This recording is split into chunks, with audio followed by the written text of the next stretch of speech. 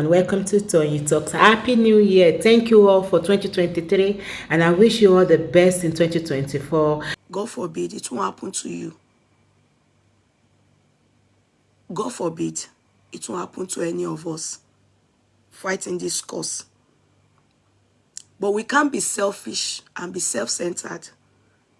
If you choose that, oh, this mobile case, you don't want to be involved.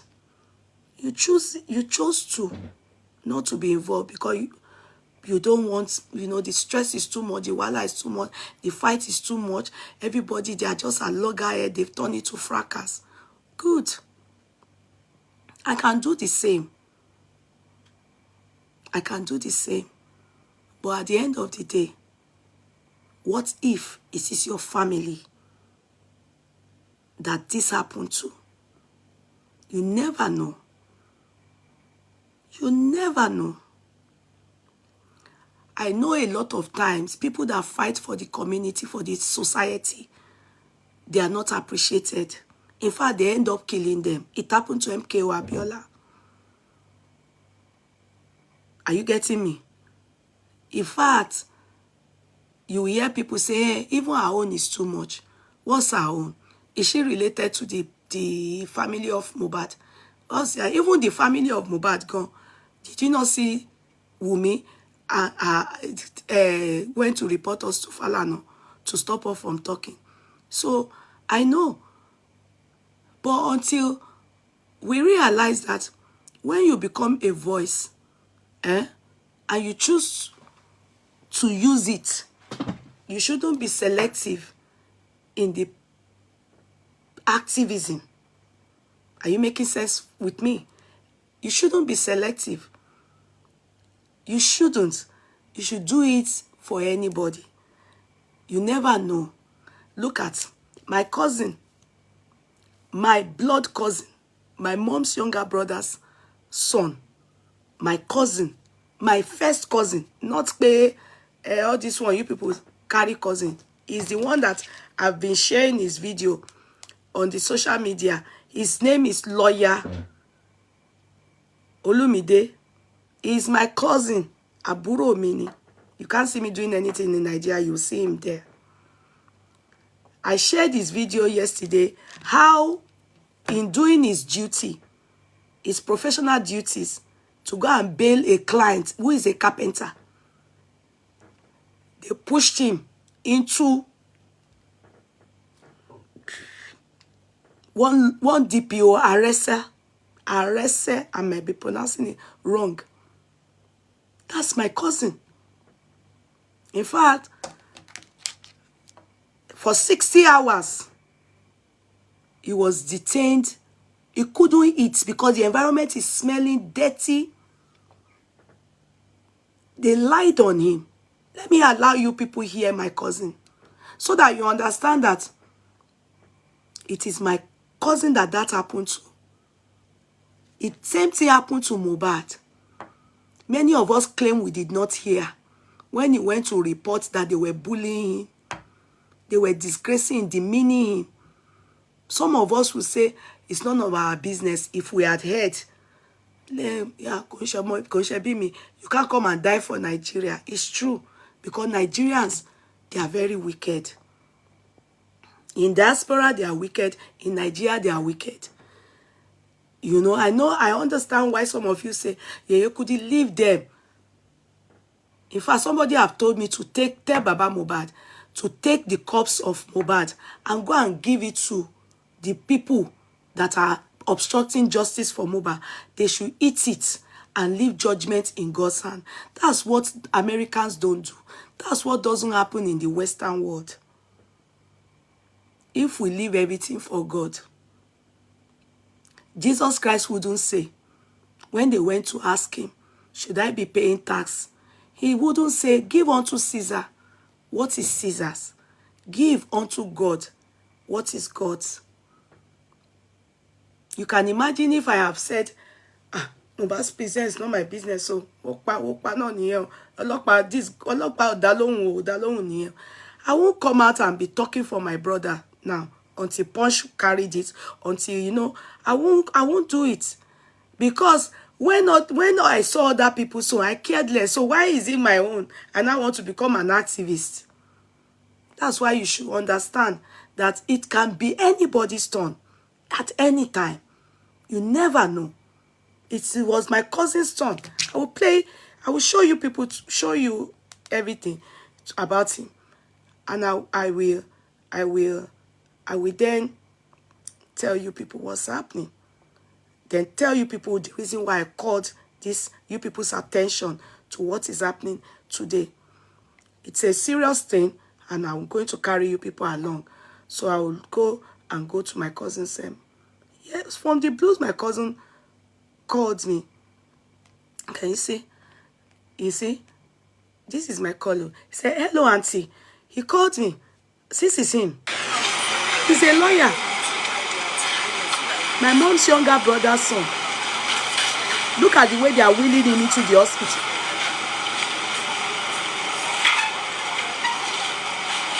He's a lawyer in Nigeria.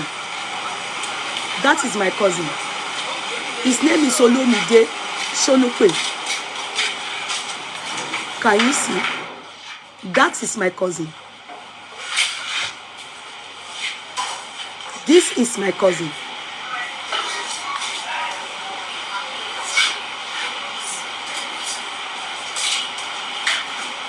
Can you see my cousin? Let you people listen to what happened to him. It happened to my cousin. He spent New Year in detention. This is my cousin. My mom's younger brother's son, lawyer Olumide Sholupe. Can you see my cousin?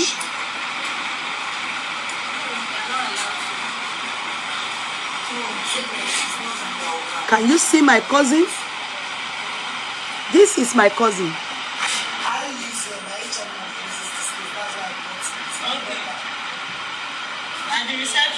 I'm going to, I told him to do a voice note for me. You will hear all that happened. Can you see my cousin? Now, I want you people to listen to him. We are pressing charges. He's a lawyer, but you will hear what happened. Then I will, if I don't talk for others, if I don't say what you people are doing is wrong here, will I now come out and start shouting for my cousin because it has now affected me? It is close to home. Àbúrò mi nìyẹn. You understand? Then I come and start shouting. Won't you people say, hey, now it has happened to you. You now understand. No, I've always known that the way the system is in Nigeria, police are meant to be securing, make peace in the land, securing, protecting the people. This is a lawyer. He is a lawyer. And I will allow you people listen to exactly what happened. You guys see Punch has brought it out. When I shouted that 2 days ago, my cousin was detained. The DPO made sure he spent 60 hours in the cell. Listen to him. No, so what happened was that I went to bail a client out. It's more of my carpenter than a client, but I noticed that he was scared when he came to meet me, telling me that he needs my help, something like that. So I'm like, just go to the station first. I'll talk to them on phone, see if it can be resolved given the situation. So what really happened was, he's a carpenter and he was supposed to make a chair, a coaching chair for someone, and that person now turned out to, who had already paid him the money in full,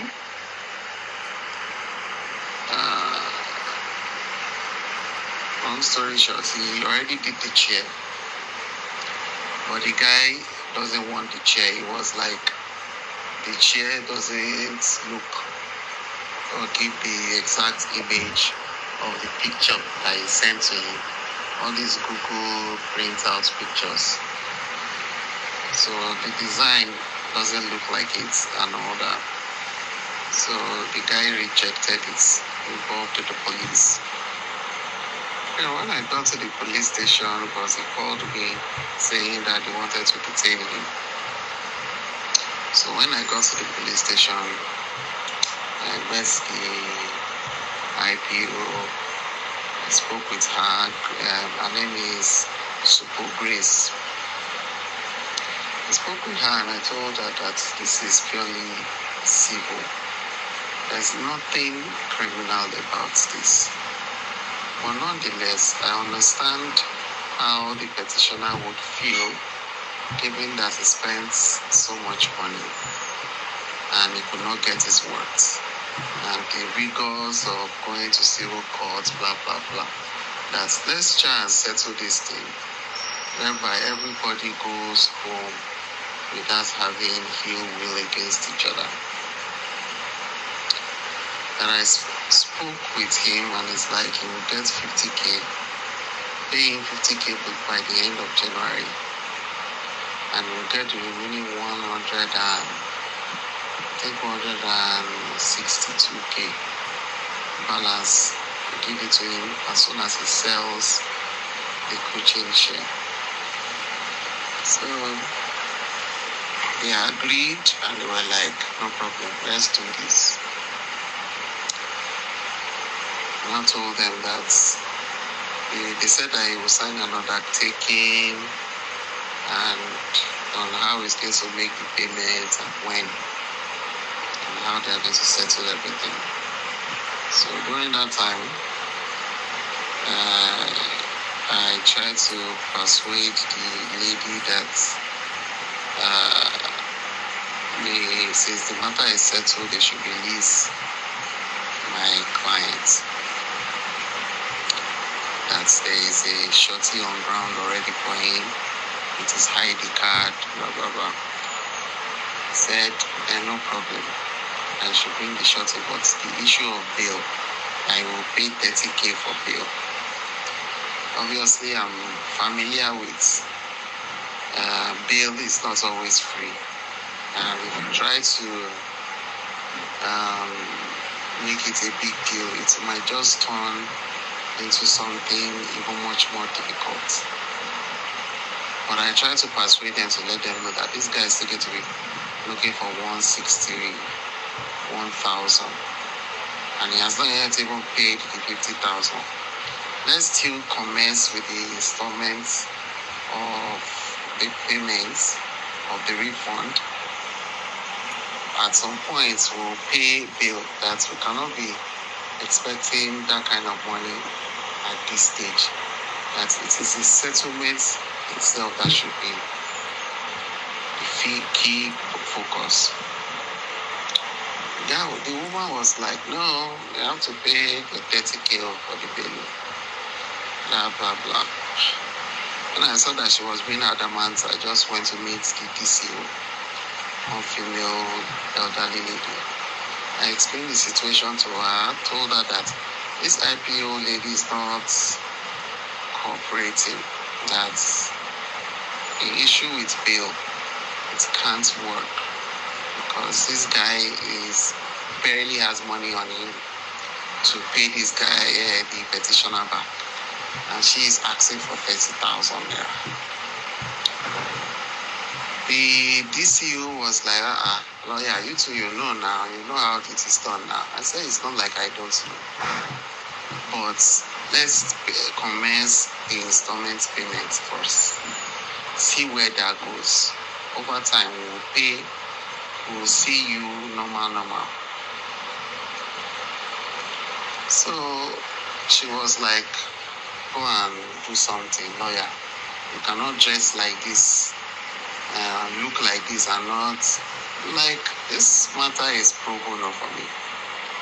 I'm not collecting anything from these clients, so you don't expect me to be dipping hand inside my pocket to be paying sorting. I'm not going to do that. The woman said, oh, yeah, go and meet her. That they should release the guy. When I went to meet the IPO, I told her what the DCO said. She went back to the DCO's office, came back out, and she was like, no, you pay your 30K. No, that's not what the DCO said. I went to meet the DCO again. Told her what the lady is saying. It's like, well, just give her anything so that you let your guy be released and go. Listen, no. And I said, okay, let me talk to my clients. I said, no problem. She took me to the cell. At the gates, she said, oh yeah, make him find where you go pay that 30K. Make I go bring POS. She now left me and the carpenter guy, that's my client, Listen, no. talking. So I was telling him that they want to collect money for bail. That what does he have to give them? He was not asking me how much should I give them? I'm like, well, just find like 5K. He was like, someone that is shouting 30K like this. Like, can we do it 10K? So that I said, you have 10K, no problem. We'll give him 10K then. Give her 10K then. He was like, please, let her just bring the POS so that I can go. I don't want to stay in this place. I said, no problem. So while we're talking, I was talking to my clients, telling him, negotiating how you will make the payment. The next duty, maybe constable or whatever, just came, saw me talking to him, just started shouting at me, telling me, what am I doing there? Well, why would I be talking to a cellmate, a cell member or suspect without a police officer present? Just started shouting and shouting. I'm like, please calm down. I didn't just enter here without a police officer present. The IPO was the one that told me that I could talk to him. I could have just told her that it is the bill, this thing that I was trying to see how much he can pay, which personally I know she would probably pipe down and not make much noise. Because, I just feel if I had said that, she would have come down, not stop talking or being so angry, because she won't want that to be something that will blow out of proportion, given that it is bail and it's illegal to be charging money for it. But I didn't also want to tell her, because I don't know if she even knows that they are charging illegal charges for bail. Hereby, it might even cause another problem that they will now find something else to use to detain him even further. So I just kept quiet. When I saw that she was not letting up, she just kept fuming. Just kept quiet and I walked away. The IPO came back inside and saw the lady at the cell area, told her that she should release him, that he wants to talk to me. So he released him, brought him to me. So I was about to commence conversation with my client. She just tapped me and told me that next time, don't you ever enter into this place and be talking to anybody. You don't dare do that. The way she was just being aggressive, just so that, madam, please stop talking to me. Leave me be. I don't have any words for you. So I backed her and I ignored her. So I guess that got her angry. Just looked at the IPO And she was like, IPO Grace, you know it's because of you that this boy is being rude to me right now. How would you let someone to go and be meeting up with a suspect without a police present in the cell? Why would you allow such a thing? She now stood up. She now said, it wasn't me. Now said, but that is what he told me. He said you were the one that allowed him. The woman just came. She just pulled me. That is the IPO Grace. Just pulled me. Just said, why would I be telling the woman that the police constable that I was the one that allowed me to go to this thing? I saw it was turning into something else.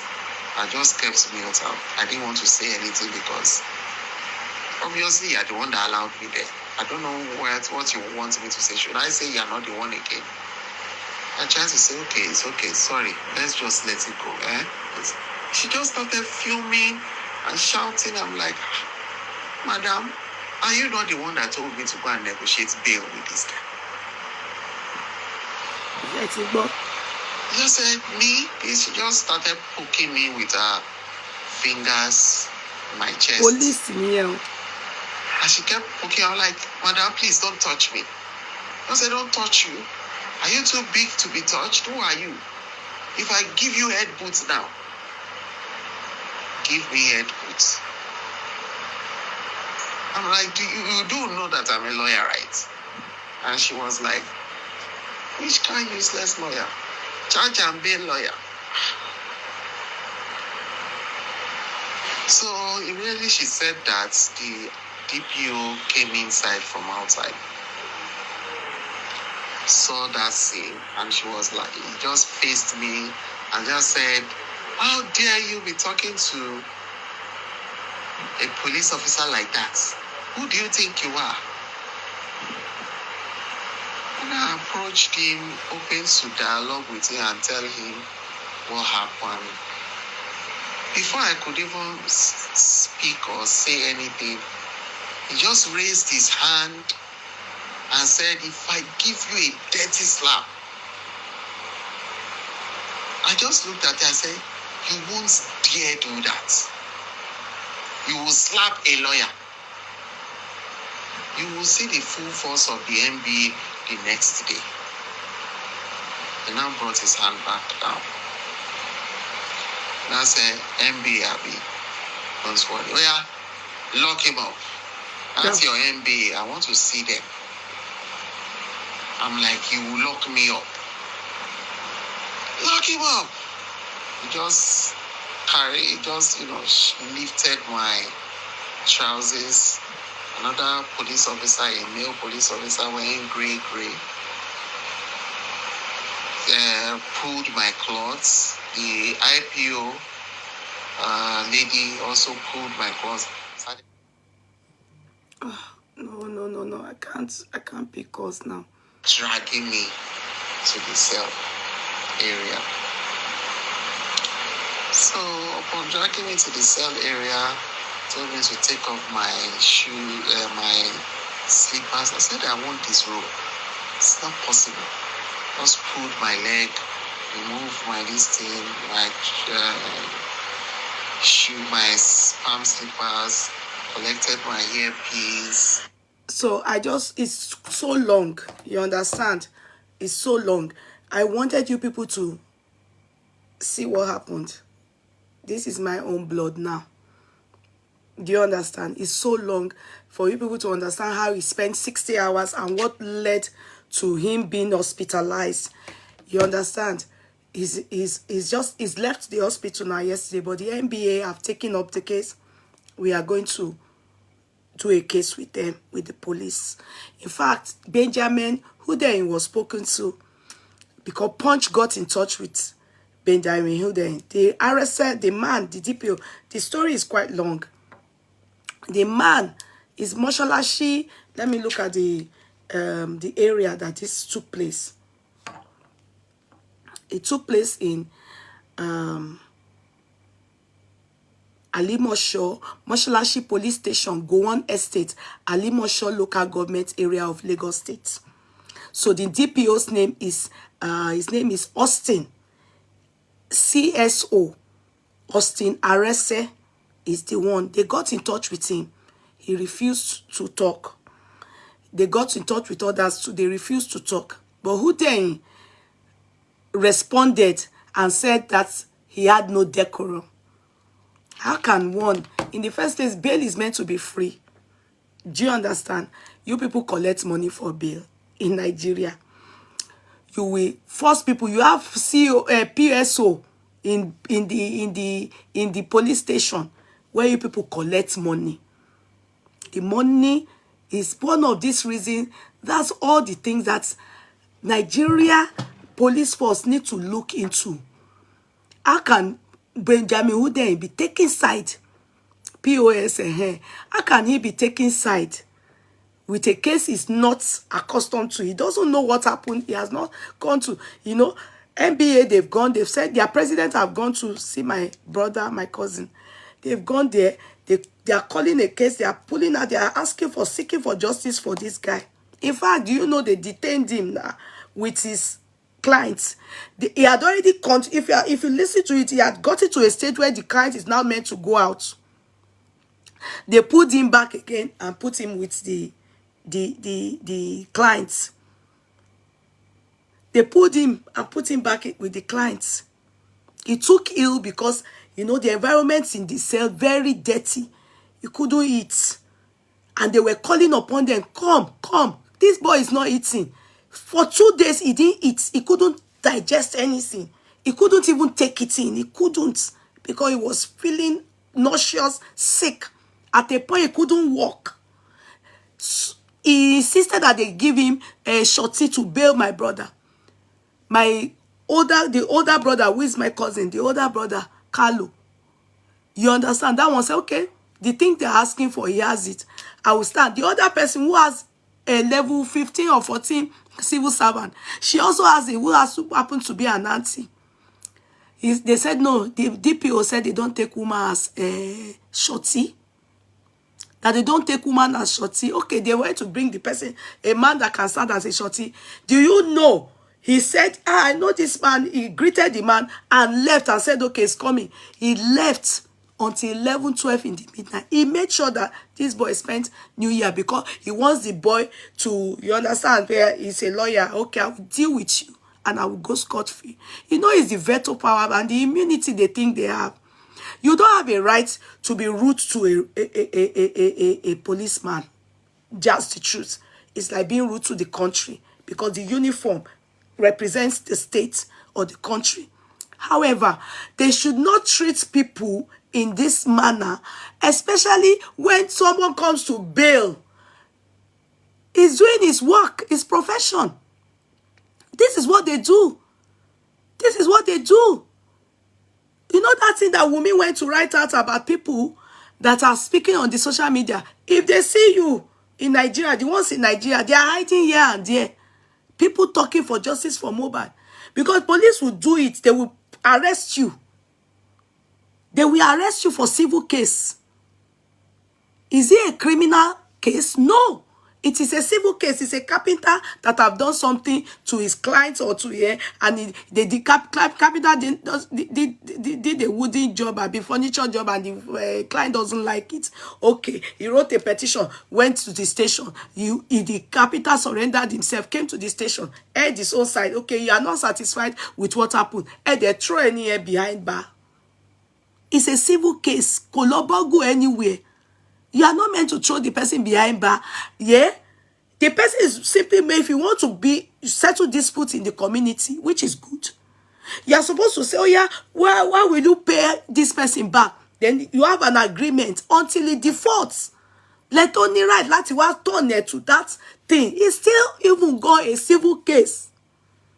How will he, because the guy does carpentry job for him, that's my cousin, so he did that in pro bono. It wasn't as if, oh no, well, that's feel like bad lawyer. But because they threw him behind bars, he needed to get in touch with my cousin, who then went to try and bail him.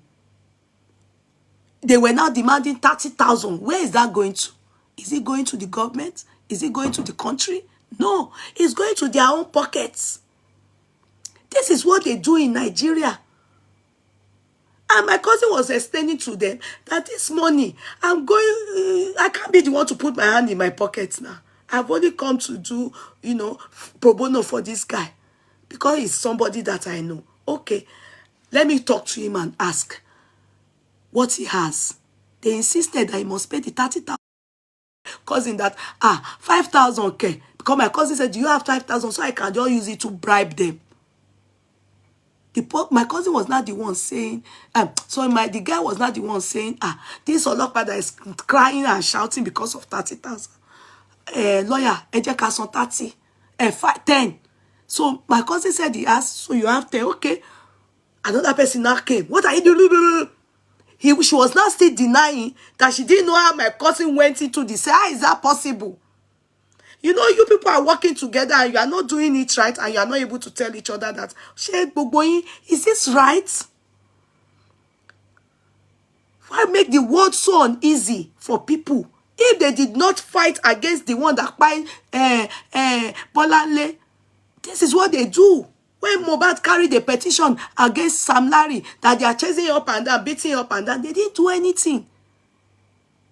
They would take money from Sam Larry and still Olododo Latujeya. Somebody have done something wrong to his client, didn't have money, doesn't have money to pay 160. You people still want to collect 30,000 from him.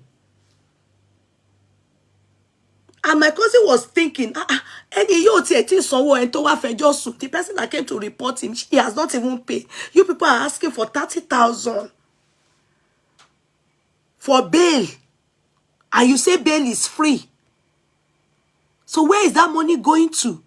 This is why they are frustrating citizens of Nigeria. And I'm surprised. I'm not surprised though. And you people think that every time we ask for justice, we get justice. We don't get the justice. Because the people there holding strategic position, they are also the same like the people underground or beneath them. You will hear corporal killing people, constable buying people on the street of Nigeria. It's because they are caught. They will now face and dance to the tune. The people telling them to mount all those, what do they call, stop and search. It is their gas. We can't continue like this. We can't continue like this. This is barbaric. The country, the security of, I always wonder. I said, there are so many people there. My mom is the one calling me now. I have to tell my sister to call my mom that I'm online. My mom is the one calling me. Hello, Yeti, call mommy. Tell her, say, I dey live. Because she dey call me. Help me call her. I beg, I don't want to call her. She would think she will just start to talk now. Let me call her. So I will sue them and no, the NPF they are in tune, they are in charge, but it's just for people to know. That's why I decided to create that awareness. You can imagine if he's not a lawyer, let's even say he's a family member of the guy. So I made a detention, Benny. That's how they will remand them, detain them in the cell. That's why you see some people, nobody is coming to bail them. Nobody is coming to bail them. It happened to me, close to home, my own family. So when I'm talking for people, if you don't like it, just don't worry. Because God forbid, it may happen to you one day. It may. And it's people like me or other people that talk like this, you will want them to talk for you. But what did you do when you have seen it happen to other people? That's exactly what I was saying about when it happened to one Mr. Waidi something son lately. I was saying that look at them straining their voice, shouting, Jigon and Co, Adeniyi and Co, I said, when Mohbad's case happened, we didn't see you people even say a word. Now it's you people's turn. Why do you want people to talk for you? Thank God the boy didn't die. People should deal with it. Hello, my jaja. I don't think I mentioned a thing after that. Because when it's happening to other people, emaniko coin. But you never know. It may happen to you one day. And you probably won't even know anybody. You probably wouldn't know anybody. It is these same people that you will talk and shout out. That was what we did when, what's her name? Mama Don Davis' turn. We stood by her. We used our platform to shout justice for Don Davis. That is what it is. It's not about making money or anything else. It's not about that. It's not about just gossiping, doing amebo all the time. You don't want us to talk. What is the problem that is affecting us? So some of you that I am not seeing, and it's because I'm talking about justice for Mohbad, please, when I start to talk about what is not justice for Mohbad, don't bother to come back. Because it goes to show you don't have good heart. You need to learn to have a heart for others. It's not about you. It's not about me. It's about the people that are not able to they don't have a voice, and they are being intimidated in that country called Nigeria.